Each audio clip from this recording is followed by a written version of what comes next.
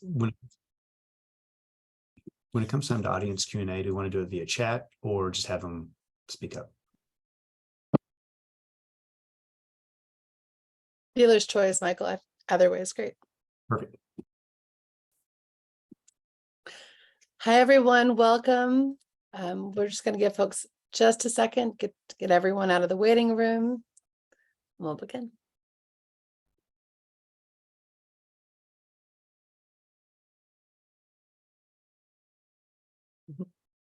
Thank you, Jody. And as you join, please remember to mute. And we will get started in 1 minute.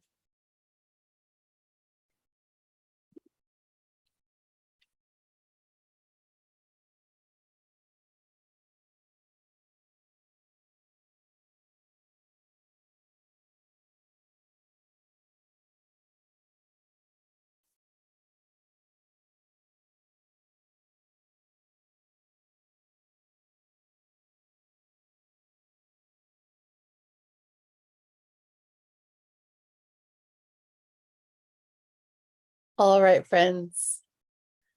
Good afternoon. Welcome to RUX Live. This is the first in a series of webinars from the Kentucky Rural Urban Exchange that aims to share our interdisciplinary and intercultural seminar conversations with a broader statewide audience.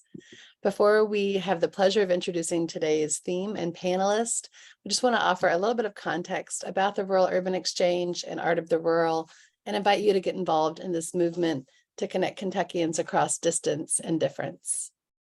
I'm Savannah Barrett. I work as the Exchange Director of Art of the Rural, which is a national organization that works to advance rural culture and quality of life through relationships that connect communities, cultivate dialogue, and forward rural urban exchange.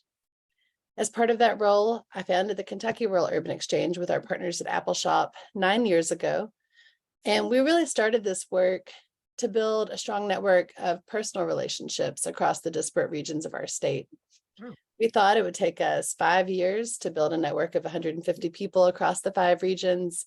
And that work actually happened much more quickly because what we found were hundreds of Kentuckians yearning for these connections and for the opportunity to work across disciplines, sectors, difference, and geography.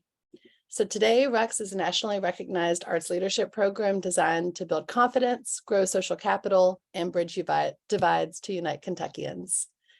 We now operate in both Kentucky and Minnesota through statewide cohorts of rural and urban fellows who are selected by peer-reviewed applications each year to participate in a RUX leadership program. That is a 2-year experience. Each year, that cohort convenes at 3 community intensives in 3 contrasting regions of each state. These gatherings are designed to leverage trust generated through multi-year collaboration with our host. And with them, we design itineraries that celebrate local assets while also revealing complexities and shared challenges. We explore issues through the radically simple approach of spending time with those most affected so that the cohort benefits both from this broader understanding of interdisciplinary context, but also the transformative power of place and story and culture to promote empathy and mutuality among Kentuckians. So alongside this cultural exchange, we've also developed a series of curriculums and seminars that challenge our cohort's assumptions and reveal commonalities across distance and difference. We facilitate these RUX workshops to support creative leadership, development, and cross-sector collaboration so that our cohort members can go home with the skills and networks they need to advance their ideas. In 2023, we'll host our 27th community intensive in our 15th host community. Our alumni include 260 Kentuckians from 60 counties and 32 Minnesotans from 16 counties in the Native nations that share that geography. RUX alumni are artists, educators, farmers, attorneys, factory workers, bankers, nurses, elected officials, small business owners, retirees, and more. We connect them all through a network of deep relationships to bridge cultures, expand social capital, and unite diverse leaders towards common vision. We are so pleased to be here with you today and to have the opportunity to share the work that we do in these weekends with a select number of cohorts with a broader national audience. So thank you so much for being here. Before we jump into our conversation today, I just want to introduce my colleague and co-laborer, Amelia Martins in Paducah, Kentucky. She is the RUX program manager, and she has the pleasure of introducing our panelists today. Hi, y'all. I'm so glad to see you here.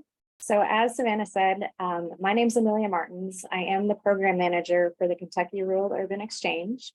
I'm coming to you from Paducah today, which is at the confluence of the Ohio and the Tennessee rivers. Right around the corner, they meet the Mississippi.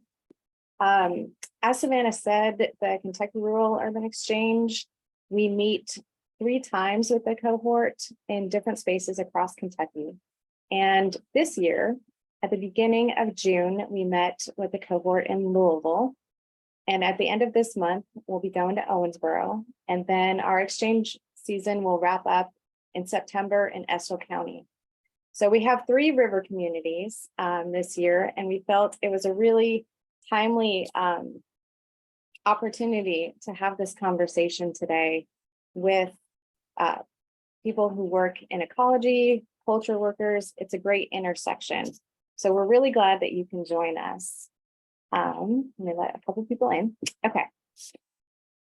So as we learned from our neighbors this year in 3 river communities, hosting this conversation, as I said, felt really important. And we have wonderful thinkers, and it's going to be a great conversation. So I want to introduce Michael Washburn, and it's a great honor to have him. He will be our moderator today. Michael is the executive director of the Kentucky Waterways Alliance. He's been in that role since December of 2022. Over the course of his 2-year career in nonprofit and academic management, Michael is focused on everything from cultural policy to food insecurity.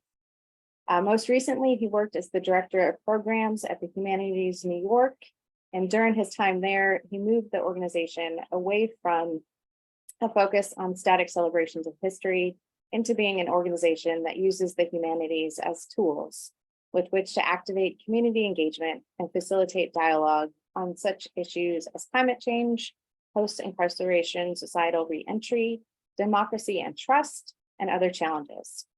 He's written about books and culture for Louisville Public Media, the New York Times, the Washington Post, and many other publications. In 2019, Bloomsbury Academy published Southern Accents, his contribution to the long-running, critically acclaimed musical series 33 and Third. Michael was born and raised in Kentucky. I'm really glad to have him back. He was educated at the University of Chicago and the University of Louisville, his hometown school.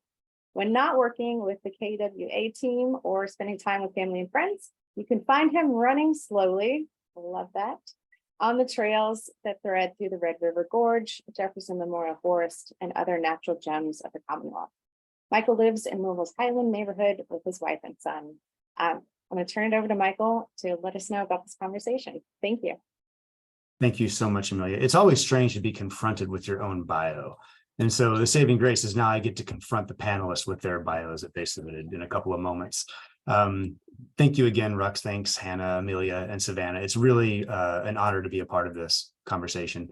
I have long been a booster and an admirer of RUX, and so happy to participate in however a modest way that I can. As Amelia said, I'm the executive director of the Kentucky Waterways Alliance, which we're in our 30th year now. We're having a celebration next year, and we do everything from fiscally sponsor smaller watershed groups to doing creek cleanups, to doing septic repair and replacement, education, advocacy, and outreach.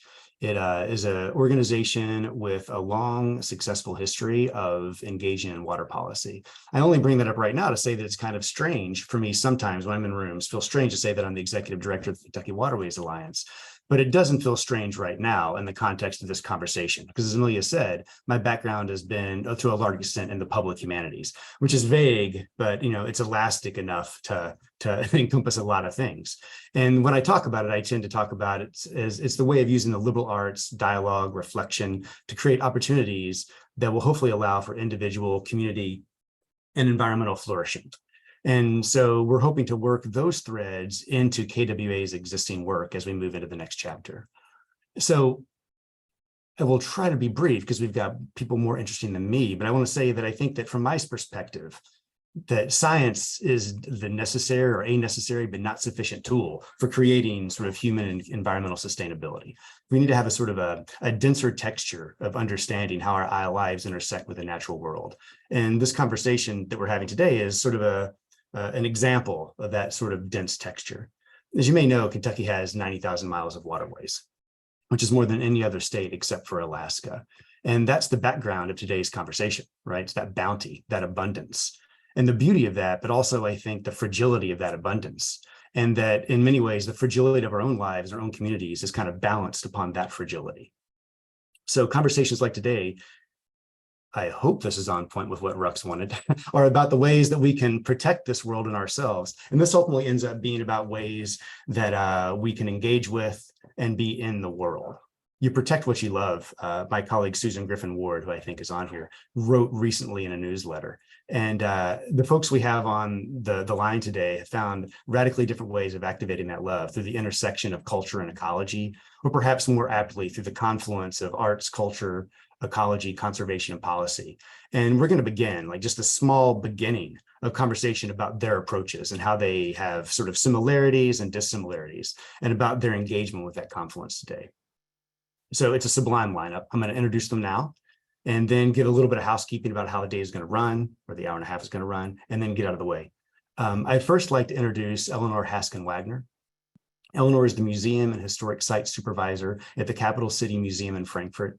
She's been essential to the revitalization of the museum, including an exhibit that is opening up this month, Well Watered, Waterways of Frankfurt and Franklin County, which I'm sure we're going to hear about a little bit later. The Kentucky native from Louisville, Eleanor comes from Frankfurt, most recently from Bloomington, Indiana, where she was an associate instructor and PhD candidate at IU in folklore and ethnomusicology. She received a master's degree in folk studies from Western Kentucky University and has many career accolades, including receiving a spot in a competitive folklorist fellowship in 2016 and an award from the 48-Hour Film Project for her work on an original film. She's a folklorist by trade who excels in storytelling. I already know that from the brief experiences I've had with her, so I'm sure we're going to be regaled by stories. Also joining Eleanor today is her colleague, Rebecca S. Tippett, who's the collections manager at the Capital City Museum. And before joining the Capital City Museum, I think it was 8 years ago, she taught visual arts and humanities. So great compliment there. Next up, we have Pamela Mullins. Pam's a volunteer and co-chair of Diversity, Equity, Inclusion, and Accessibility of the, Diversity, Equity, Inclusion, and Accessibility Working Group at the Ohio River Basin Alliance, also known as ORBA. She's currently a Covington Human Rights Commissioner and sponsored the 2000 Civil Rights Ordinance that the Covington Board of Commissioners adopted. Pam's a member of the Ohio, Kentucky, Indiana Regional Council of Governments, OKI, and she serves on the Environmental Justice and Land Use Standing Committee. She was inducted in 2007 into the Kentucky Commission on Human Rights Hall of Fame. She's a former Covington City Commissioner. She's the first African-American female and the second African-American ever to serve on the commission. And she was the first African-American elected to the Covington Independent Schools Board. Pam's going to talk about her work, her culture work, and the way that it is sort of connected with her experience making, enacting, enforcing, and sometimes, I guess, arguing against all that for the good policy and then arguing against the bad policy. And then finally, we have David Wicks. I'm sure everyone here already knows. David's a founding member and a chair of Payne Hollow on the Ohio Board of Directors. He's also a vice chair of the Ohio Riverway, and he was a leader of the Nature-Based Recreation Working Group with the plan for the Ohio River Basin from 2020 to 2025. He serves on River City Paddle Sports and on the Salt River Watershed Watch boards to promote paddle sport safety, education, community science, and the enhancement of the Ohio River and our urban waterways. He's also on the editorial board of the International Journal of Applied Environmental Education and Communications, and he currently is an adjunct professor with the University of Louisville's Honors Program. He retired several years ago. Sure he did. He says he retired several years ago as the director of the Jefferson County Public Schools and the University of Louisville Center for Environmental Education, where he directed the educational programs at Blackacre State Nature Preserve, which was Kentucky's first state nature preserve. He's the past president of the North American Association for Environmental Education, and he served 3 times as the president of the Kentucky Association for Environmental Education. So I feel like I should just leave the room now and let them just have a powwow, like a conversation, but I'm going to say a little bit about format. So we want to encourage dialogue. So there's going to be a couple of spots today where audiences can chime in. You can chime in during the audience Q&A portion by raising your hand, and we'll call on you and you can speak, or you can just type your questions into the chat. If inspiration strikes and you just want to bank a question in the chat, we'll go back to it when the time comes from audience Q&A. We're going to open up with the panelists giving brief 5 minutes, give or take, overviews of some aspects of the work. And then I'm going to post some questions and we'll have the first opportunity for audience questions. And then I'll pose a few more questions and then we'll end the day with a final session of audience questions. So we hope to make this as much about dialogue as possible. So please don't be bashful when it comes time to ask questions. And with that, I'm going to turn it over to Eleanor. Thank you all so much. Thank you, everybody, and thank you for the wonderful introduction. And yes, it is very weird to hear your bio read aloud. So thank you for everybody for being here, especially during lunchtime, and taking the space and time to honor everyone's connection with water. I think Michael said it best, Kentucky has more navigable water, can never say that word, than any other state except Alaska, which is insane and phenomenal and wild. And I think it means that each of us has a deep and storied connection to water in many personal ways.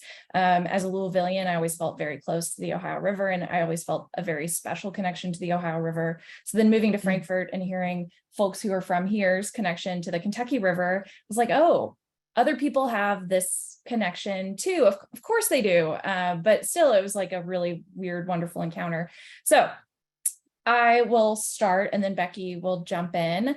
Becky is phenomenal. She's our collection manager and she is essential to the day-to-day function of the Capital City Museum, where we both work, as well as to the creation of our fabulous new exhibit, which opens this Friday. And anybody is really welcome to attend. The reception's from 5:30 to 7:30. Please come, or just come afterwards. It'll be open. It's a permanent exhibit, so it'll be here for a long time, which is awesome. But I would like to just share a little bit about the museum. We are a smaller institution with a really wonderful and special history. So the museum was originally founded as the Kentucky River Museum on South Broadway here in Frankfort, Kentucky, actually on the second story of a Parks and Recreation building, because we are partially funded by the city of Frankfort and then partially funded by a separate 501c3 called the Museum of the City of Frankfort. So, it worked out really lovely. Anyway, so we operated as the Kentucky River Museum for a number of years with a focus on the history and relationship to the Kentucky River. And then in 2004, we moved to what is now our home, which is the former site of the Capitol Hotel here in Frankfort, Kentucky. And we have an amazing opportunity to curate over 8,000 square feet of exhibit space, which is very daunting. Luckily for me, when I came into this role in August of 21, the museum had just gone through a massive renovation. So even if you've been to the Capital City Museum before, you've not really been here. So in 21, we reopened to entirely new exhibit spaces throughout the majority of the museum, as well as a new director myself and a new city historian who is phenomenal, like amazing. Her name's Beth Shields. She's like the best researcher, I think, in the history of the world. We love her and owe her a debt of gratitude. So one of the few exhibits that was not redone in the renovation was our river exhibit. It had really remained unchanged since the museum relocated. And I decided when I came on that it would be one of my first tasks, much to the chagrin of everybody who worked here, I think, really, because the exhibit space at the time had a giant, that's right, giant, yeah, steamboat model. And I mean, it was literally giant, and not really like a full steamboat, just the side of a steamboat. And there were like 3 mannequins on it. And I'd been here like a month and I broke in, not really, I had keys, right? But I broke in on a Sunday by myself and I like hauled all the mannequins off the side of the steamboat. I mean, it was this whole ordeal. So we closed that exhibit in September of 21, maybe. And it took some time and some fundraising. And last year we did a funding drive specifically for the redo of this exhibit space. And then Becky and I got to work. And the number one thing that we did when we refocused this exhibit was pivot from a truly sole river history focus, of which there is a massive amount of history regarding the Kentucky River. And we redirected to waterways for Frankfort and Franklin County, of which there are so many. If you are familiar with Frankfort at all, you've probably heard of Elkhorn Creek, or you've read Richard Taylor's Elkhorn, which is truly a phenomenal and wonderful book. And so you've probably encountered to some degree the relationship that a lot of Frankfortians or Central Kentuckians have with Elkhorn Creek or the Kentucky River, which provides water for like over 600,000 people by many estimates. So Frankfort was really founded at this location because of the Kentucky River, as well as the literal Buffalo Trace, now the name of the distillery, that ran through the area, providing fertile hunting grounds. So we owe our founding to this location. We also owe our industry to this location. We are well known for our bourbon, dare I say, and water is essential to the production of bourbon. So we're really lucky to have the waterways that we do here. But we also have industry that is reliant on the water outside of bourbon. So we, for a long time, hemp mill, right? Logging mill, as well as a coal, ice, like all sorts of river-based industries, including a really significantly sized shanty boat or houseboat population of itinerant workers who were reliant on those mills. In addition, this is one of my favorite things, Frankfort was the pinnacle of fishing reel manufacturing at the turn of the 20th century. So a new kind of fishing reel was invented in Frankfort called the multiplying reel, specifically for fishing both largemouth and smallmouth bass in waterways like Elkhorn Creek. And so we have an amazing unreal exhibit called Crafting and Casting that was curated by Betty Barr and Don Clyer, that showcases this amazing history of handmade fishing reels, including all the little components that make up the fishing reels. It's a really cool exhibit. So our industry and our relationship to water in that aspect was really critical and became a focus of our new exhibit to highlight some of the commercial components to the waterways. But we also highlight other areas, and I'm going to put Becky on the spot, which she's going to hate me for. But one of the areas that we highlight in the exhibit is recreation. And I would love it, Becky, if you could share just maybe like a snippet of recreation as it relates to waterways in Frankfort and Franklin County, maybe your favorite photograph or artifact that's on display in our new exhibit. My role at the museum is to care for the artifacts that come in, to catalog and photograph them, but also to pull them for exhibits, which I did for the Waterways exhibit, and to find photographs that are relative. So the old exhibit is, as Ellie said, focused really just on the development of the town around the river specifically, and Ellie was adamant that we expand it to include the other waterways in Frankfort. So in addition to commerce, one of the other areas we focused on was recreation. We have actually a small boat there that people can sit in and have their photograph taken or experience what it's like to be in the boat. We have photographs of canoeing and kayaking on the river, as well as Elkhorn Creek. Also, we have some artifacts like ice skates. We have ice skates from the turn of the century that were used when the river would freeze over. So we have photographs of people walking on the river or playing golf on the river or ice skating on the river. So those were some of the recreational things I think that we highlighted.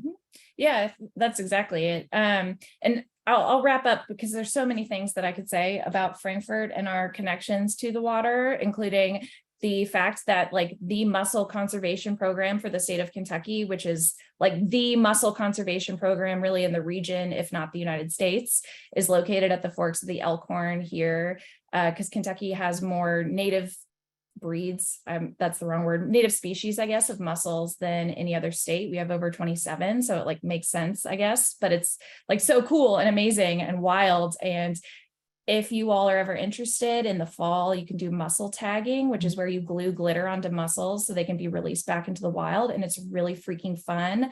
I love it. And I would love to take more people to do it because it's a blast.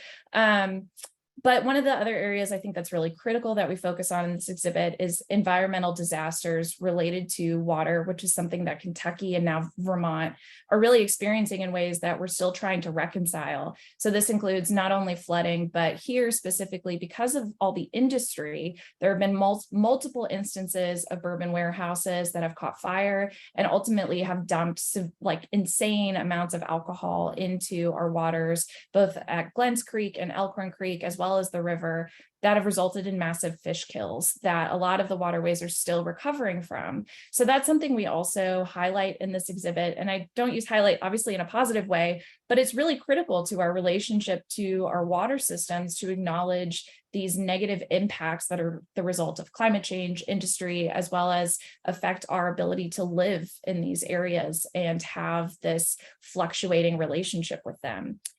So I could go on forever. It's a curse of being a folklorist, is that we are both questioning, but also we're just talkers. So I will pause. I'm really looking forward to hearing from the other panelists as well as from the audience. And I'm currently in RUX. So it's an amazing, I've done one weekend. It's phenomenal. I highly recommend if you're considering applying that you apply. It's the best. And also I saw that Zachary Conkle is here. And I just want to say, you have to come to our exhibit opening because you are a highlighted feature in the exhibit. So he's a creative writer, or at least partially. So we featured him. Anyway, thank you, everybody. Thank you so much, folks. Up next, we're going to have Pam give an overview of the way she's entering the conversation, part of her work. Thank you very much. And I've got a PowerPoint to help accompany me. And I would like to say hello to everybody. And I also would like to say, I'm glad to see that some of my Northern Kentucky connections are on with me. And thank you, KFC, for being there. The two Northern Kentucky reps are there, Joe and who else did I see? Brittany, both of you. So thank you for being there. We do some collaborative work also, as well as work with RUX. So letting you know some of the folks that I do work with in Northern Kentucky and even outside of Northern Kentucky to further this, they are partners who have been with me at this point for a few years. So if I could get the next slide, please. And click on that one. This will show you where I'm from. The conversions in Covington, Kentucky. Right here on the map, you see Newport and Covington. I've circled. We're right where the Ohio River runs around, and you see the Licking River running smack dab between Covington and Newport. That's my community. That's where I live. So I have water everywhere surrounding me. So if we can go to the next slide. I have several links in here. The flood levee. I work with ORBA as a volunteer. I also work with Ohio, Kentucky, Indiana Regional Council of Governments. In those particular positions, I serve as volunteers on different committees. Sanitation District 1 controls our levees. And when you work with Orsanco and ORBA, the Army Corps of Engineers, that's when they get involved with these levees. And I live right beside a levee. If you saw on that map that separates Covington and Newport, there's a levee on the Covington side. So if we can go to the next one. And the reason that levee is there is for flood control, is to help. So all of the residents along that area, we have been prone to flooding in the past, some flooding, currently, but it's got to go quite a ways now to get over that flood wall as far as how the distance is. And if you could go to the next slide for me, please. What I want to show you is from policy and representation purposes, and I've got a lot of visuals, the Ohio River Basin Alliance, if you just scroll down a little bit, it'll show you what our purpose is there, a little bit further, right there, that we began with strategic working with the Army Corps of Engineers. There's an abundant clean water program. There's a healthy, as you see, ecosystems, knowledge and education. That's part of our role. also the Transportation and Commerce Corridor. All of this comes under ORBA and Orsenco as far as the work that they do. Now, if you could go to the next one for me too, because there are organizations who do work that overlap each other, but complement each other. So let's go to this particular map, just to show you. Scroll down a little bit for me. American surveys, these particular century surveys, show that particularly in my community, if you stop right around there, okay, on down to Kentucky, this is a listing that shows you where there are still some problems as far as where there are some opportunities. I'm trying to see where it is. It's going, I think, alphabetically. But this is another resource just to show you there's a lot of resources out here that you can track from a consumer perspective if you want to know what's going on with the poverty. If you can go to the next one for me, please. I think that's a map that shows it visually. So these are some of the resources. Yes, right here. And when that one comes on, that particular map, and I'm trying to move this out of the way, as far as what it's showing, if you scroll down a little bit, yes, it came up. All right. And if you could read for me quickly what I've got on, because it's covering here with my visual. What is the name of my on button there, please? Water resources by flood hazard area. Thank you. So the next one, and as you can see, Covington and Newport is all along that. If you'll click on that link for me, please, visuals just to show. Okay, and scroll down for me, please. Right there.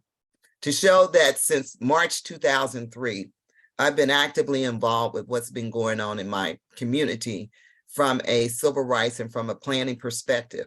Scroll on down to the page where there are the folks who were part of it. This was part of a acknowledgement, and going on down there, the list of participants, if you can hold. This goes way, way back. You'll see that I'm down there, Miss Pamela E. Mullins, as a citizen. So I've been volunteering and involved in projects that deal with environmental justice, green spots, spaces for many, many years. So it's nothing that I just started yesterday, is the best way to put it. So if you could go to the next link for me. The work that I want to show is that it's never ending. When you get involved with these initiatives, when you are really involved with what goes on in your community from an environmental perspective, from a civil rights perspective, your voice is always out there in one way or another. And I don't care how old you get. If you're serious about it, somehow you're still going to be making a point or be a voice that's out there consistently to let people know you need to pay attention to what's going on around you with your surroundings, because everyone does not tell you everything you need to know. You need to trust people who you know have been out there for a while trying to deliver to you information that you need to know. And sometimes it's very difficult because people don't understand some of the things they need to know. And that even gets more concerning for me when I see that potentially you're being rolled over. And there's no other way for me to put it than you need to be speaking up and not letting one or two people or just a few out there keep getting picked off, because the masses of voices that need to be behind you are not there because they don't clearly understand why they need to be there and joining into the efforts. And it's not always about just talking about negative things. You talk about positive things too, because when there's opportunities out there, particularly with money, with grants, we talk about economics, recreation, we do not want to be left out because there are things that can always be improved. If you could go to the next slide, what I want you to see is that OKI is nationally recognized as a metropolitan planning organization. And that is one of those that I have been a member of over 20 years in one way or another. So if you could go to the next link, please. And these folks have taught me a lot. I mean, they work with me and I work with them.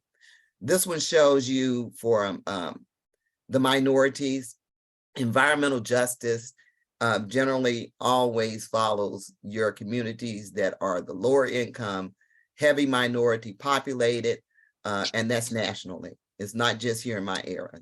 And this is one of the maps that you can get from OKI. OKI supplies this information because its representation, membership is primarily elected officials.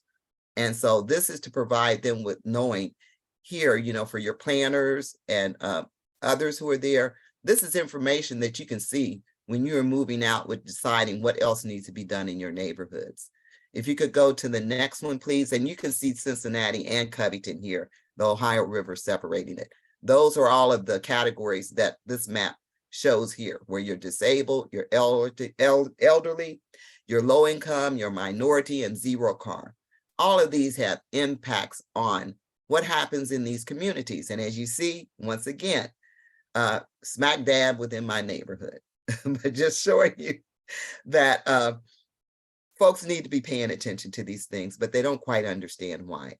This is the Ohio side, Ohio River, but as you see from the yellow and as we come into Covington, underneath elderly, low income, if you can see that little sign that says Covington, that's right about the area where I am. So if you could go to the next slide, again, visually, tomorrow, hopes that I have, if we'll click on some of these. Environmental justice populations.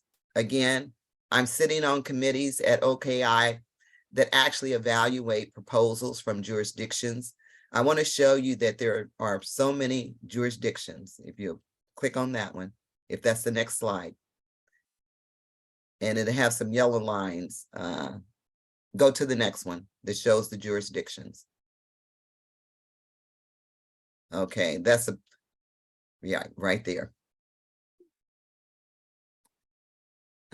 Should be one with yellow lines. I'm sorry, go down and there it is. Okay, and environmental justice populations. Go to the next one. There is a slide too that shows the problem with addressing many of these is because you have so many jurisdictions between Ohio and even in Kentucky, and everyone has their own rules, regulations, and policies.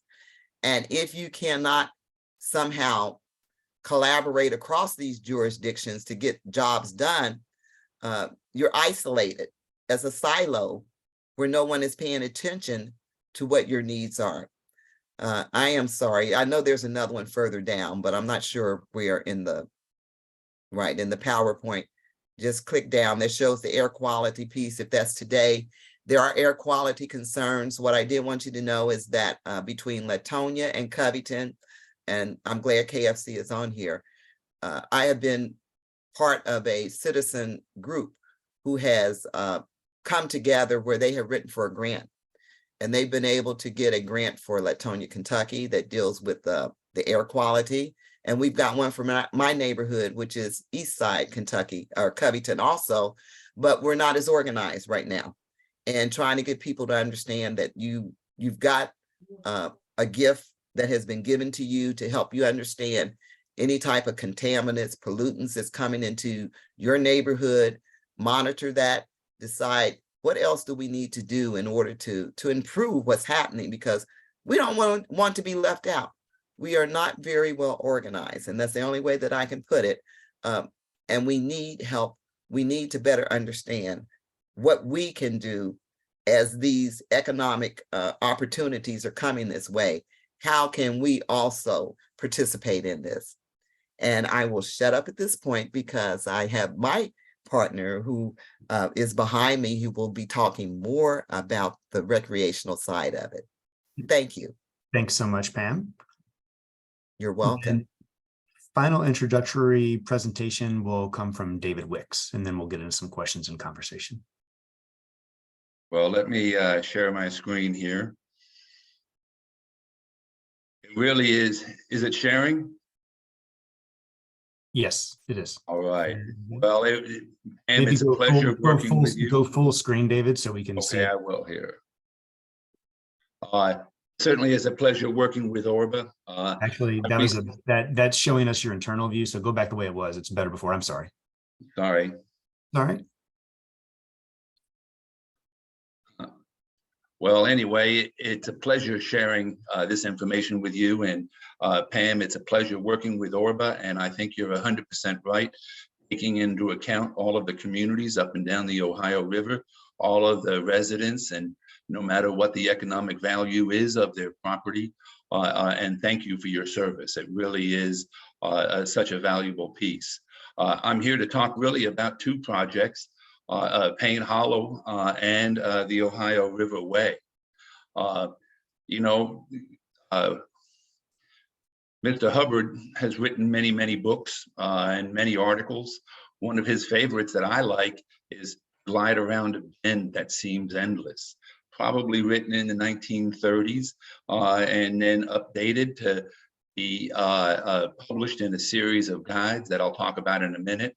But he also published two guides, two books called Shanty Boat and Payne Hollow. And he worked very closely with people from up and down the Ohio River, about 120 authors. And they published a series called OYO, an Ohio River Anthology. And Mr. Hubbard did all of the woodcuts for it. He was really an artist as well as a literary guy. Just recently, the UK press just published the watercolors of Harlan Hubbard. And Jessica Whitehead, who's pictured here on the left, she is the, well, she's on our board and is active, is an archivist for us. She helped run the Derby Museum. Mr. Hubbard spent his life on the Ohio River, born in 1900, and he paddled a canoe from 1910 to probably 1988 when he passed away. So he explored up and down the entire river. And it's just a fascinating piece. You know, he first floated down the Ohio River in a shanty boat with his wife when they got married in 1940, early 1940s, and they floated 5 years down to the Mississippi and down to New Orleans. And they came back up and bought about 60 acres in Trimble County called Payne Hollow. And they lived there without electricity, without running water, grew all their own food, you know, had goats, had the whole 9 yards, and was creative. And they spent time writing, they spent time drawing, they spoke 4 languages, they'd read books every night of different languages, played tremendous music. And so it's just a fascinating deal. We got to acquire their land in October of last year. And so we purchased the 60 acres and then the adjacent 39 acres as well as a base camp for the property. And it's really our intent to restore the home, the studio, and to you know, understand the flora and fauna in Trimble County, where it is on the other side of the river of Madison and Hanover. It doesn't have a lot of protected areas. And so we're going to be part of that process of protecting the riparian area. We have 3 National Science summer researchers this summer doing a comprehensive ecological audit of the property. And it's really our intent to develop it. We have a nice board of directors and advisory committee. We have sort of 3 areas that we're focusing on. Certainly this environmental stewardship, but also education. So the University of Louisville, University of Kentucky, Hanover are all engaged in different classes that will start to use the property. And for sure, we're very much interested in creative expression. And that will take the place of maybe artists in residence down the road. We're working with Northern Kentucky, the Fort Thomas Forest Conservancy. They also have a Hubbard artist in residency. And so how we can blend them together. And once again, it's to really try to think through this confluence of art, culture, and the environment. And to me, the appreciation of the river. And so here's Mr. Hubbard and Paul Hasselfurter waving to a steamboat as we go on down. You know, the second topic, just very quickly, is really the Ohio River Way. So about 4 years ago, we started working with the National Park Service to develop a national water trail from Portsmouth on down to Louisville, actually West Point. Up there in Portsmouth, we have 42 river towns that are now partnering with us. And it's really all about developing the recreational access, developing a sort of the quality of life around outdoor recreation, but also that economic development. Working with bigger towns and smaller towns like Vanceburg, for an example, is a fascinating place right downstream of Portsmouth. This is a picture. We just took a nice canoe trip in these 40-foot long, 30-foot long Voyager canoes, and stopping at each town. We spent 10 days. That's the reason why I couldn't be involved in the June 11th Louisville visit, because that's the day we were arriving in downtown Louisville after paddling 275 miles. One of the interesting pieces is we've pulled together a series of elected official summits, and we've had every mayor and every county judge and our congressional officers actively participate with us, so to think through that federal resources. The National Park Service has been a great supporter of ours. 2020, they gave us a planning grant, and just this year, they've added 2 full-time staff to help us think through that connection with the river for all the river towns. One of the pieces that these National Park Service staff is helping facilitate is what we call a river town review. And we've done 13 of them, where in essence, the National Park Service landscape architects and local folks come together and do a deep dive into a town's recreational access potential possibilities, what they want to do, and then sort of sift through the federal funding and try to pair up some of those consensuses.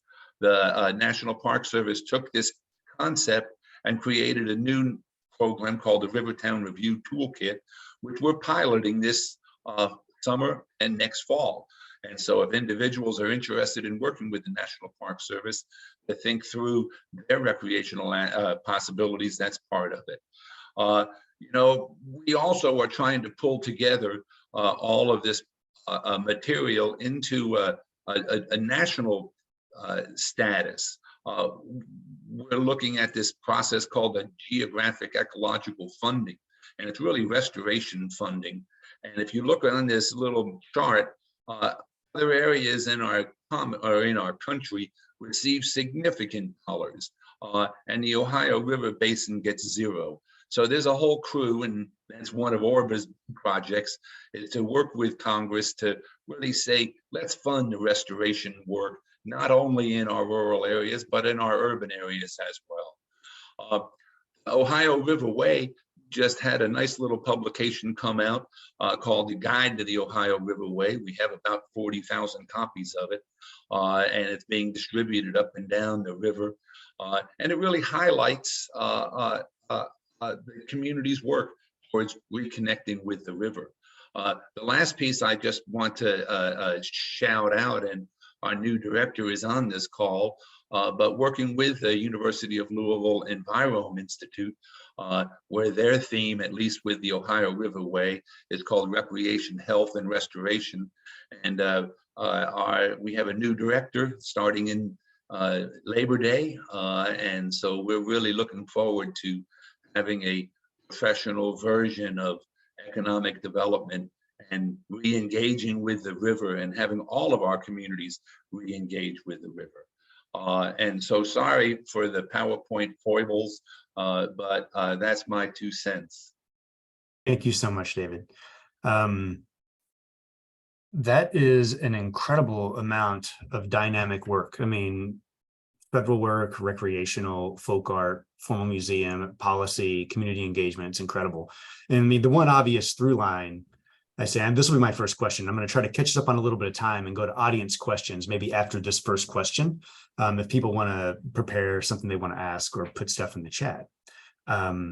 So place is obviously the essential through line for everyone's work and a lot of what RUX does, but you know, it's no one would be so naive as to say there's only like one place. Even if someone never moves, like it's always a different place depending on who's occupying it.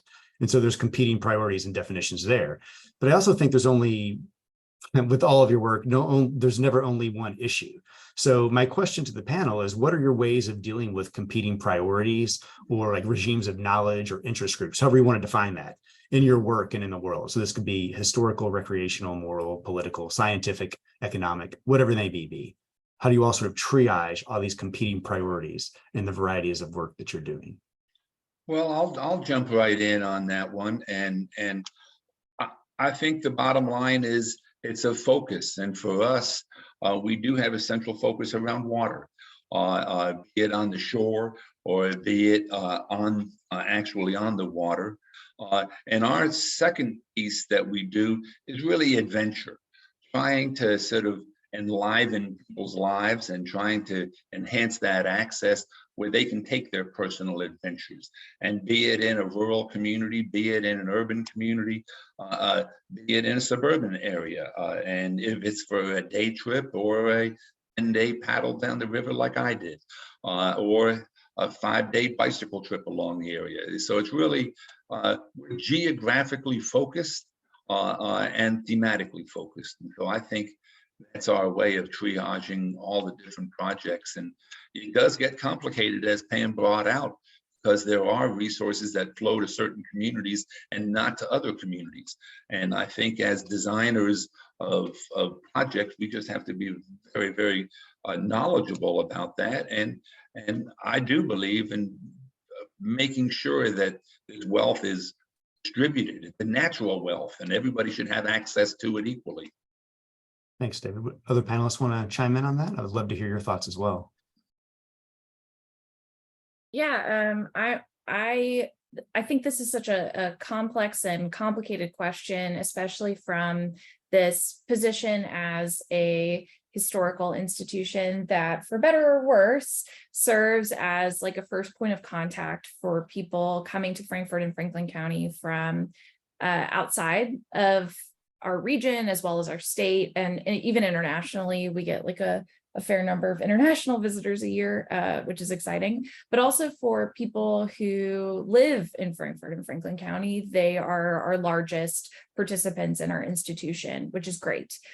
So, I think it's a consistent struggle about the role of place as a hub of storytelling and personal experience, where one place, like coming to mind here, is Elkhorn Creek, or actually I'm going to pivot and say Kentucky River in downtown Frankfort, can serve as a location for both, and this is something I've mentioned during our planning meeting, but as a place for both trauma and experience, as well as freedom and like a center for your livelihood. So Frankfort, particularly South Frankfort, because if you've not been here before, the Kentucky River divides our downtown area into South and North.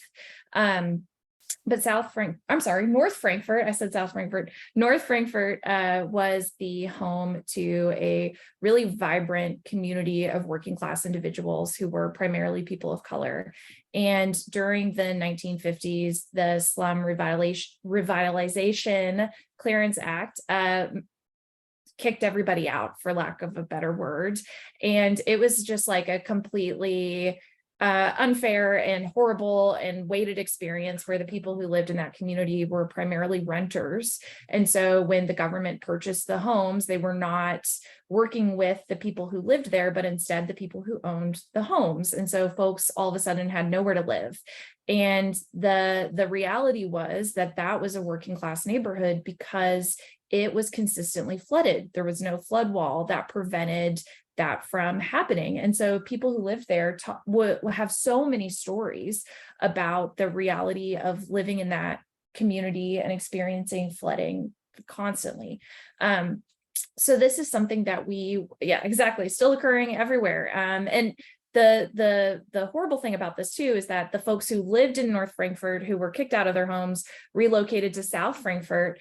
And when the Army Corps of Engineers came in to actually build the flood wall, the area where those people who relocated had settled was also in a floodplain. And so they were kicked out once again. So there's lots of stories about trauma relating to like consistent moves, as well as like the government coming in and reclaiming their homes very unjustly, because then they had nowhere to go and their homes and livelihoods and communities were completely torn apart, right? But it was because of this flooding.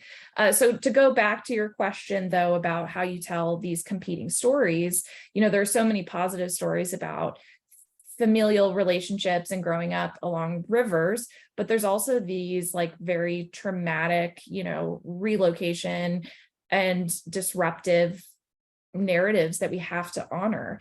But historically, because of the access to documentary materials, because of the cost, as well as like the reality of if you live somewhere and it floods all the time, your family photographs are probably going to be lost because of these floods.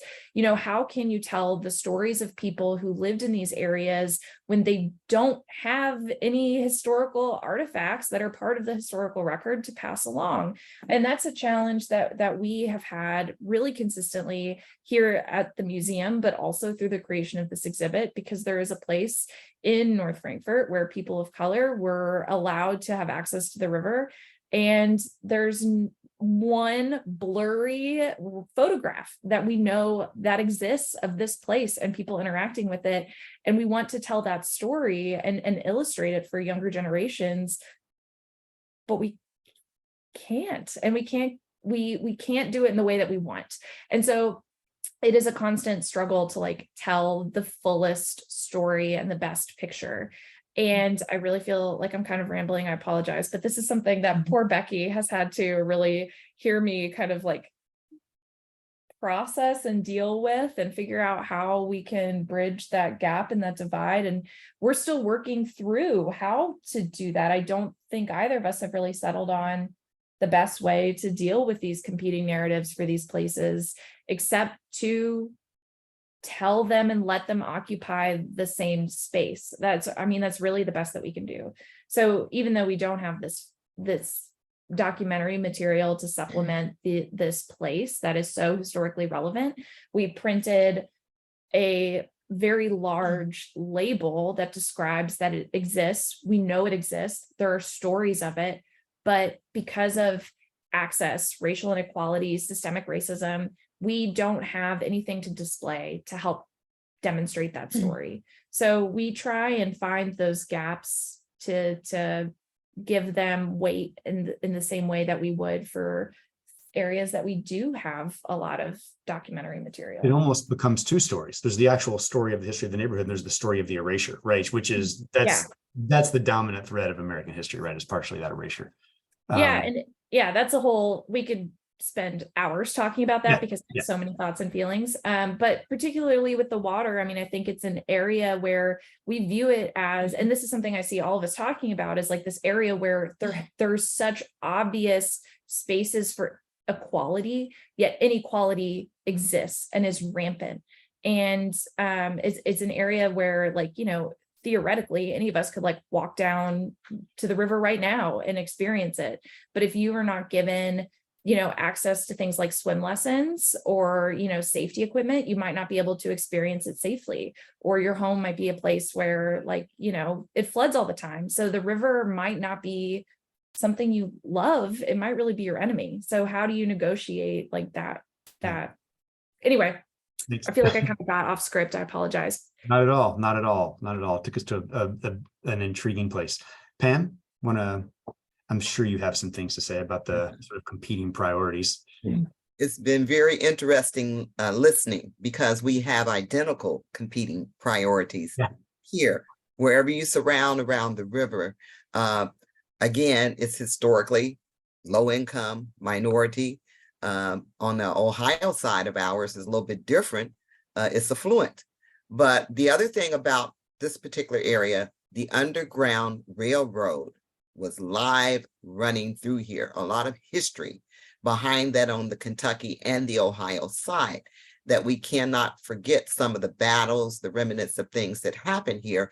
This was going into freedom. So I'm up here where they were going into freedom, okay? But there's still a lot of baggage behind that. And yes, as far as documenting that, there's not a whole bunch of documentation from the African-American side of it. We had one gentleman who is deceased now, I document a lot of stories myself. I'm a videographer, producer. That's a hobby of mine that I'm and photographer for years, just taking things that have to be digitized in a way of making that happen. But I'd like to hear from some of the audience. What do they think? What are their concerns? I mean, if any of them are from some of these areas where the river town. All right, let's throw it open. Audience questions. We'll do that, and then we'll come back and ask some other questions. Any audience questions at the moment? While people are formulating, I'm going to go to Savannah's question she dropped in the chat. If we just kind of give a brief response to what she asked, what do you see as the role of artists and culture bearers in the stewardship and conservation of our waterways? I think as you started off, Michael, saying that science is not the only venue for understanding our relationship to the world around us. The creative arts has that not down pat, but certainly it is a different view.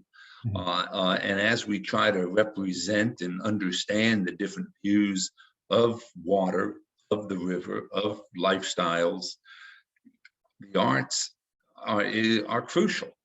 And so I find that of the inspiration as well, it's not only that understanding, but it's the inspiration.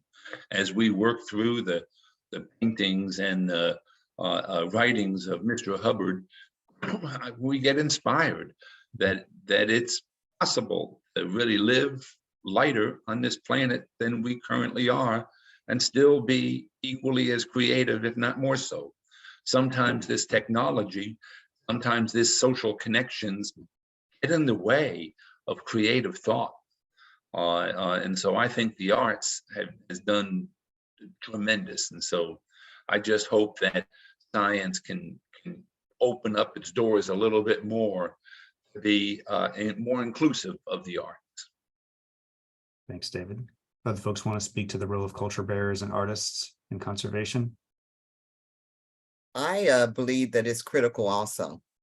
And I have captured some of those things, and I use those techniques when I had the opportunity to work toward a grant. I make it inclusive of the arts and the surroundings, the space too. So I try to overdo that maybe sometimes, where even with one of our pieces with a project I did, I had an interpretation of General Lew Wallace, where my folks interviewed him from the past and what would he have done now with things changing. So you can incorporate the arts into about anything with the humanities, and that's what I strive to do with everything that I do.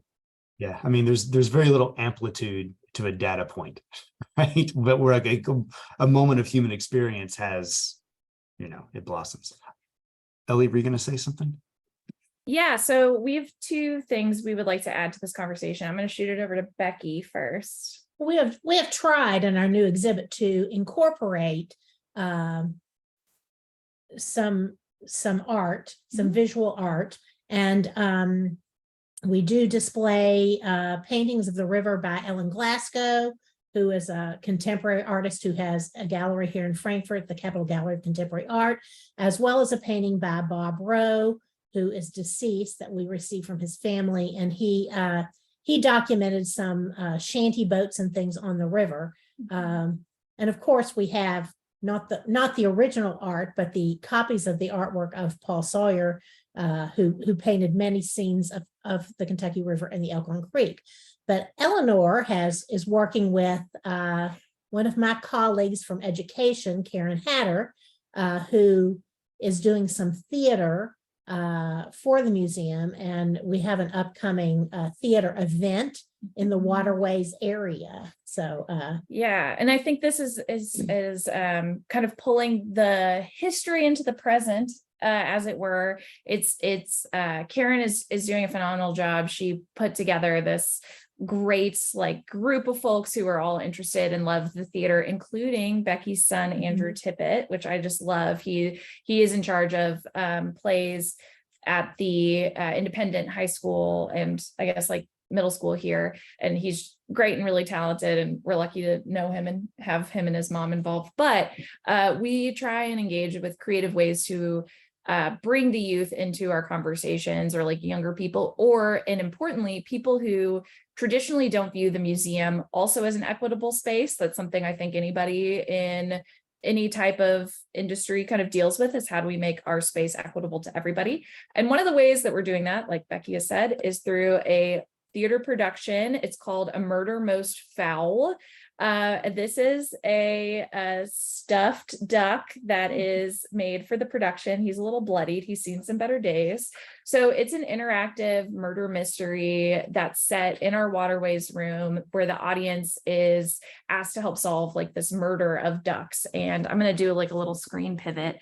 This is our table of ducks. So this has been like an ongoing thing that we've been working on, is making all these ducks for this production. But anyway, so we are trying to find other ways to like engage in arts and artistic venues to allow people to experience this exhibit, as well as our history generally. And we're tapping into a historical event which happened here in Frankfurt, not duck related, but beavers are a weirdly wonderful and amazing thing that are also not very good for water systems, I've learned sometimes, because they can divert water in weird ways and like kind of mess stuff up. And thank you.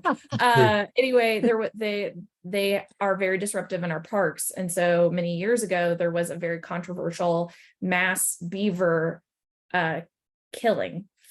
It's not very happy. I apologize. And so this is like tapping into that historical event, and the people who were involved, believe it or not, are probably going to be involved in this as well. And we have one of those stuffed beavers. This is not a joke. I inherited this. This is not me putting this on. We have one of those stuffed beavers in our gift shop, and he is our unofficial museum mascot. We've named him Bucky to try and give him a better life.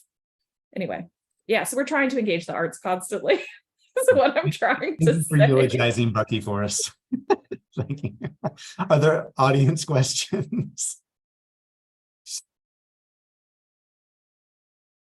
I mean, I could ask a bunch of other questions, but I want to make sure that folks have an opportunity to ask their question if they'd like. Just speak up or type it in. Something Eleanor said prompted me to, so like, one of my hot, like, horses I whip all the time, kind of like my lazy diagnostic of American culture, is that one of our problems in this very unproductively polarized moment is that we have a hard time attributing sincerity to each other, right? You can't believe that someone means it when they disagree with you. You think they have to actually be trolling you, right? There can be no significance or sincere, like, felt thought to disagreement, right? So that's the first obstacle, right? But then, since everything is an argument, and then given the type of work that you all are doing, right, in order to advance any of the things you want to do, people are going to think it's a zero-sum game, and things are going to be taken away. Like, what role does trust play in your work? Like, how do you cultivate trust and maintain trust with all the different and competing audiences, communities, constituencies, powers that be? Well, at least from my perspective, trust is earned. Trust is participatory. You have to engage with people, even to understand where they're coming from. You have to really spend time, listen. In our case, with the Ohio River Way, the river connects us, so you can be in different communities, and there's very few people who don't like clean water. There's just very few people who don't like looking at clean water or moving water. There's people who love fishing, even if they don't go fishing, they like to see people fishing. And so the river connects us. And these natural resources do a better job of breaking down some of these barriers than almost anything else, I believe. And so these river towns are connected by a river of life. And we have history, but we also have that same water going by us. And so it's a common agenda. And maybe it is one of those agendas that everybody supports. Now, what degree to pay for it, because some of these things are incredibly expensive, and one of the things I always think about, and Pam, I'd love to hear your thoughts on this, one of the largest ecological restoration initiatives really is run by the Army, and the Army really has, when they do ecological restoration, is a thing called matching money. And so communities that can find that matching money and have their streams and their waterfronts work done. Those communities who don't have those resources have their communities work done. And so, the federal commitment of 65 or 70% is not available to everybody. So some of these things are pretty structural. It's not only interest, there's structural issues. And so I don't know how to address that. I've brought that up to the core several times of saying that if you really want to work with everybody, let's have a pretty big sliding scale down to zero. You get a town like Vanceburg that's lost its, or West Point, for an example. They lost their last restaurant, lost their last school, and they don't have the money for a matching PAS grant for ecological restoration. So you hit on a big one there, Michael. We have talked about that in Orba, all volunteer. We're trying to get a hold of additional money to help with some of these initiatives, even to the point of going out to ask for larger grants from the federal government to try to be able to do some of these things. But from the OKI perspective, jurisdictions, if you are an OKI member, you go through OKI and you apply for these grants by, they let you know the jurisdictions when there's opportunities to get federal funds, and you apply from them. And you go through a committee that reviews the grant application, evaluates it, and you win it on different criteria and merit and inclusiveness, diversity, all of that is a part of it. As I said, I sit on the environmental justice one. We rank and score applications that come through to OKI and be sure that they are acknowledging and that they are showing how they're going to be meeting those criteria. Just like in any grant, you have criteria that you have to meet. They have to prove it. We evaluate, did you or did you not? And then on the green space, the environmental justice and the land use, that's the other committee I'm on. I'm seeing green space, but it's land use. And it's how you use the development opportunities with these green spaces. What are you going to do with them? Are you going to plan in, for example, sidewalks, curb cuts for people who need those types of things? They have inside of those sidewalks like little miniature gardens, for lack of a better way for me to explain them. They have them set up where the water that goes into them contributes to the plant life that grows too. So those types of things. And OKI is one of the money holders from the federal government that municipalities must go through and comply with when they're asking for those monies. Well, I just wish that Metro Louisville area had an organization like OKI. If you haven't been involved with the Ohio, Kentucky, Indiana Council of Regional Governments, check out the piece because it really is a regional bi-state, tri-state approach. I just want to give another thought, Michael, and that is common experiences and trying to figure out these common experiences that link communities. So we're connecting communities because connected communities have a greater voice. So here in Louisville, not to plug an event coming up here, we have the Mayor's Hike, Bike, and Paddle, where we have 14,000 people ride bicycles, go hiking, and go walking on Labor Day. It really is about a celebration of American labor. And we're paddling, that's what I'm responsible for, from downtown Louisville at our Louisville Waterfront Park through the McAlpin Lock and Dam. Our goal to have the largest lock through in North America, more than anybody else. And we're going to end up at Shawnee Park and sort of in the middle of Louisville's West End. So connecting downtown Louisville with the West End via the river, even though it's been connected forever. And so it is just this purposeful connection through a regional celebration. And so, you know, if people can do that more, it really, it's people talking to each other, and that's what it is. Yes, totally. Relationships. Ellie, did you want to chime in on that? Yeah, I mean, so thinking back to this idea of trust and like how you deal with people who are maybe critical or like have like this critical voice or appearances, I will say, like, we have the benefit of being part of the city government system, so we often deal with this in many respects, forms. It's truly a tale, let me tell you. The number of people who get very upset that their family is not like the centerpiece of museum exhibits is astronomical.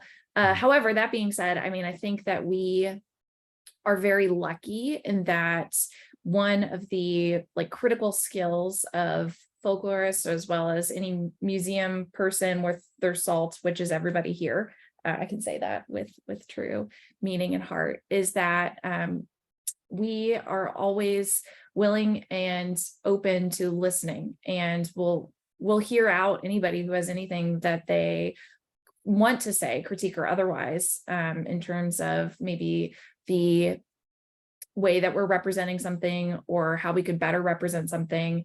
And for every voice that's like very loud and very selfish, honestly, for lack of a better word, there are about 90 million other voices that are positive and have like an honest assessment that they want to offer. Like, there have been legitimate times where we have had things incorrectly identified, or maybe things that we're missing, things that we need to add, stories that we're not telling that we really should be telling. And everybody here is so good about trying to integrate those perspectives and to tell like the most complete and whole story that we can, and trying to really elevate the voices of minority populations that are underrepresented in history. So, you know, one of the things that I say all the time is that the history books are great, right? They do a lot of good work, like they're important and relevant. We have a large library, but they really only document 5% of history at any given time. And history really belongs to the 95% of people who have stories and oral histories and memories. And those narratives are what make the event, whatever that is. The history books are only pulling a select few narratives in order to structure this like massive totaling story. And so it's really about trying to elevate those diverse, wonderful voices, which is what RUX does so well too, right? And give them space to be heard, as well as to offer the opportunity for willing folks to listen. Thank you. Savannah has her hand raised. I was about to go to her chat question. Maybe she's about to pose that. Savannah. This is sort of, you know, related, but I was talking to Michael recently in preparation for this panel about an amendment that has been in place in Minnesota for about 13 years now, the Clean Water, Land, and Legacy Amendment in Minnesota, which has invested $3.7 billion in clean water, outdoor heritage, arts and culture and heritage, and parks and trails. That's $335 million per year. And they've been tremendously successful in getting this constitutionally approved amendment for 3/8 of 1% of sales tax to make these revenue streams possible. And I just wonder, because we're having a conversation about the intersection of culture and environmental stewardship and waterways, what you all think of the potential for something like that in Kentucky. I mean, that what was brilliant in Minnesota is that museums like the Walker had these orange signs saying, vote yes for the Legacy Amendment, right next to every Menards in the state of Minnesota. So every hunter and fisherman and every arts and culture person understood how important this would be to their future. You know, I think in the Commonwealth of Kentucky, we have a problem. If working with the Ohio River Way, the state of Ohio has about $500 million. The state of Indiana has about $500 million, both in state grants for recreation and land conservation. The Commonwealth of Kentucky has very little. And most of their conservation money comes through two areas, really. One is Kentucky Fish and Wildlife, and they are very much dedicated to the, hunting and fishing, which is a good thing. They do a tremendous amount of work, but it is not that casual recreation. The second part really is Land and Water Conservation Fund, which recently has been made permanent. They have significantly increased their funding in the Commonwealth. Matter of fact, last year, the Land and Water Conservation Fund in the state of Kentucky wasn't completely spent because there wasn't enough applicants. But when you really start to look at those funds, they really tend to be more towards sidewalks and playgrounds and hardscapes, which once again, will need recreational areas. But it's called the Land and Water Conservation Fund.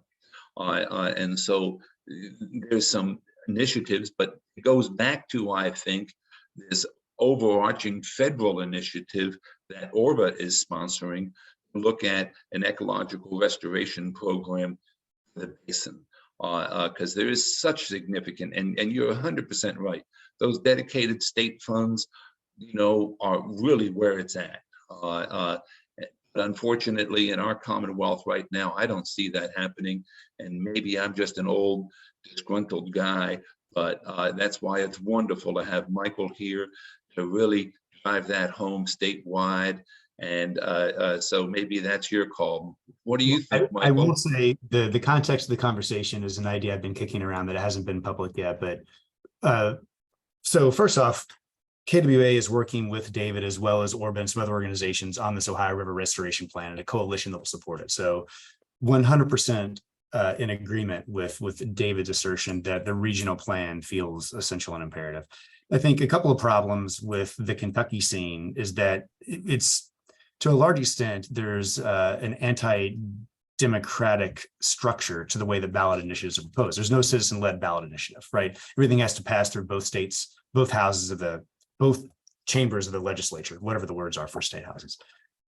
That's already a massive hurdle, right? So I think that getting alignment on that and a deep red state for something like conservation is going to be an issue, even if you have a great coalition of anglers and hunters and et cetera. But I do think it's a fight worth losing. And I think that what prompted Savannah and I to have the conversation, and I've been floating the idea of a ballot initiative to amend the Kentucky Constitution along the lines of clean water, which would be a years-long moral crusade that I think is a good idea.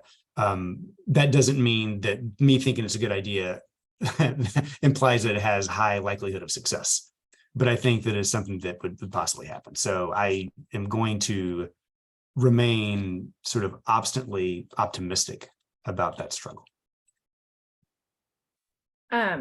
May I speak at like the small local level on something kind of related to like funding and access to waterways.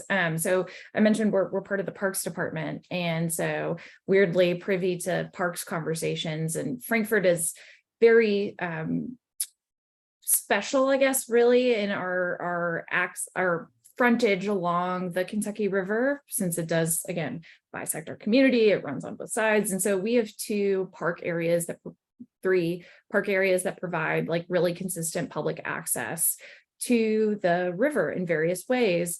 And that this is not including Elk Creek, which is like kind of outside of our purview, but these areas are meant to be like public access.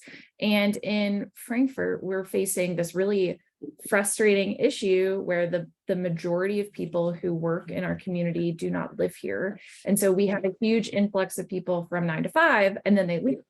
So during COVID, and even now with the amount of remote workers, as a community, we are struggling. We've got like a $4 million budget deficit in our city government because there's no occupational tax going towards the government. And so the Parks Department is wanting to do a massive overhaul of our access areas to the river in order to provide like better, more consistent community access, and working with groups here in Frankfurt to work on clean water initiatives, as well as just any kind of environmental issues, especially related to pesticides, which is something that any Parks Department talks about incessantly. Trust me, I've been to these staff meetings. Thankfully, not something I have to worry about, but at least from a park standpoint, from a citizen standpoint, very different.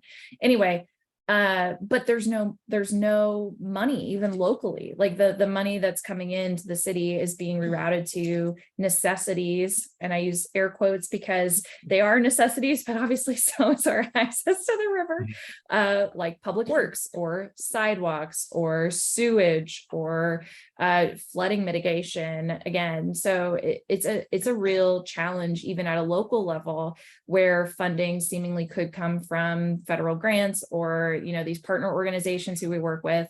But at the local level, if that money is not existing and the spirit is willing, but there's no finances to help, it really gets complicated very, very, very quickly. And they've had this like amazing plan for Blanton's Landing, and it just can't get off the ground for that reason, which is brutal.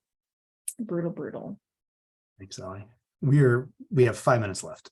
So, and I want us to end on time. We might run a few minutes over. If folks need to leave, there's not going to be any black mark on them when it comes to RUX or KWA or any of our organizations.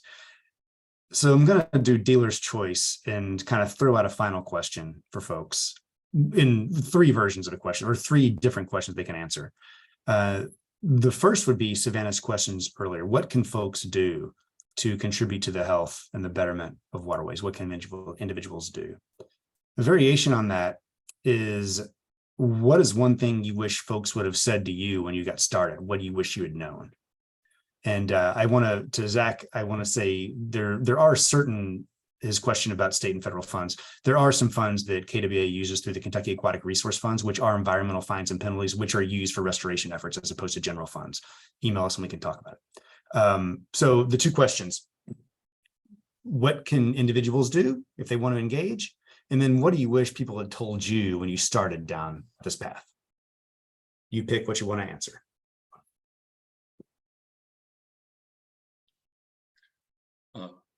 For me, it's easy. Go visit a river town and talk to people. Talk to people in the street. Talk to, sit down at a restaurant.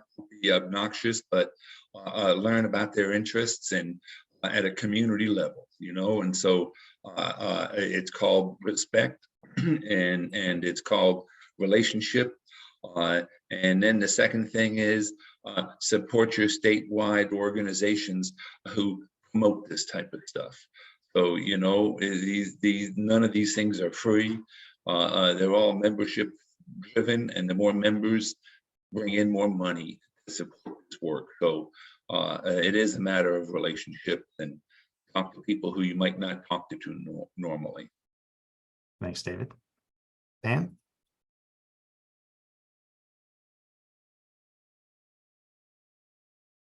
Learn all I can and can all I learn. So I might have to bring it out another day to use that.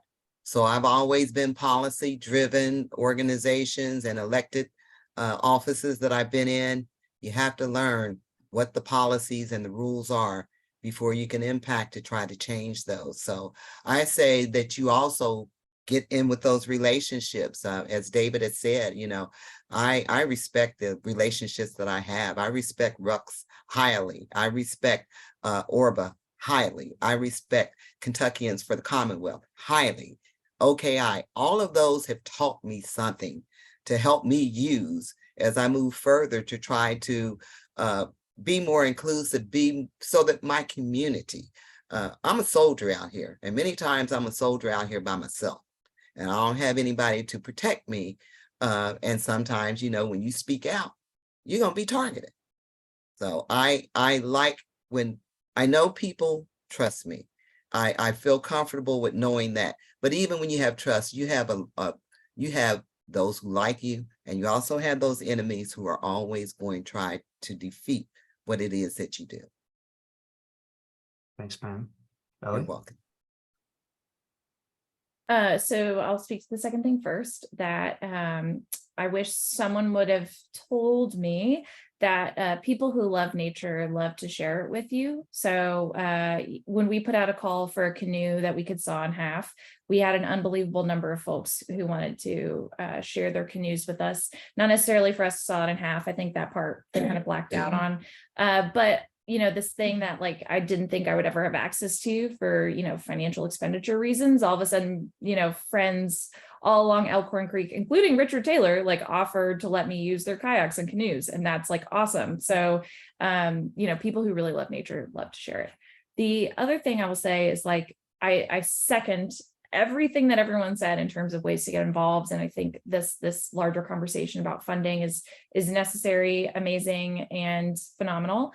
And I want to second all of that. But the thing I think that really makes a huge impact at a local level too, that anybody can do, and if you're anxiety prone like myself and some of the younger folks who work here, this is really hard, but so essential, is if you use like a waterway in any capacity, or you engage with an organization who helps to care for or provide access to or allow participation in waterways, the number one thing that you can do as an individual is write that organization or write that group about your experience with that waterway, because that kind of testimonial is something that we often aren't given offhand, but it serves us in so many amazing and wonderful ways. Like one, it provides a positive force for all those times where we're feeling like everything we're doing is just running up against a wall and we're not having access to that wellspring of hope that so many of us do have to do this kind of public work. So it feeds us. And two, it lets us know that like, the stuff that we're doing, we know it matters, but like it matters to other people. And that has like such a far reaching impact. And even if it's just like a 2-sentence thing, like, oh, hey, I went to Riverview Park today. It was amazing. Like love being able to sit by the river. That testimony is also helpful when you go to funders or electeds. We are at 1:31. I'm going to say one thing I'll add is that one thing you can do if you want to start engaging is go to Payne Hollow on the Ohio, or the Ohio River Way, or Orba, or the City Museum, or the Kentucky Waterways Alliance, or KY-RUX's website and sign up to the email list. That's the easiest thing you can do. And there will be a series of invitations for engagement. They're going to come across your computer all the time. And then you start with one, and then you'll end up, like it's not linear, right? You will end up being engaged in a way that will make you feel good about yourself and about the world and about the people you meet and partner with. I don't know if I'm supposed to end it or toss it back to RUX. So I'm going to toss it back to Amelia or Savannah. And thank you all for letting me do this. It's been great. Thank you so much for doing this. This has been an incredibly rich conversation. And now I wish that we were spending the rest of the day together, eating food on the side of a river and then getting in that river. So hopefully next time we can go a little deeper. That's the kind of thing we do at RUX, by the way. So if you're yearning for that experience as well, please join us. I really grabbed this opportunity because I have to say that Pam made a film in collaboration with the Rural Urban Exchange and Curtis Creative, along with other filmmakers in Murray, Paducah, and Harlan County, about rural responses and statewide responses to the movement for Black Lives, and the long history of rural racial justice organizing in Kentucky. All of these films will be debuted as part of a celebration of the 8th of August tradition, the Emancipation tradition in Kentucky on August 5th, in Covington, in Harlan County, and in Paducah. So just had to give a shout out to this other hat that Pam wears because she's here today. So we really hope that we can continue to engage with all of you. Please join the mailing list, and we will send out a recording of this. We'll also capture some of the important links in the chat to share with everyone. And to our panelists, to our moderator, thank you so very much. We hope this is just the beginning of a long collaboration with RUX. All right, everyone. Thanks, Goodbye. everybody. Take care. Bye. Thank you.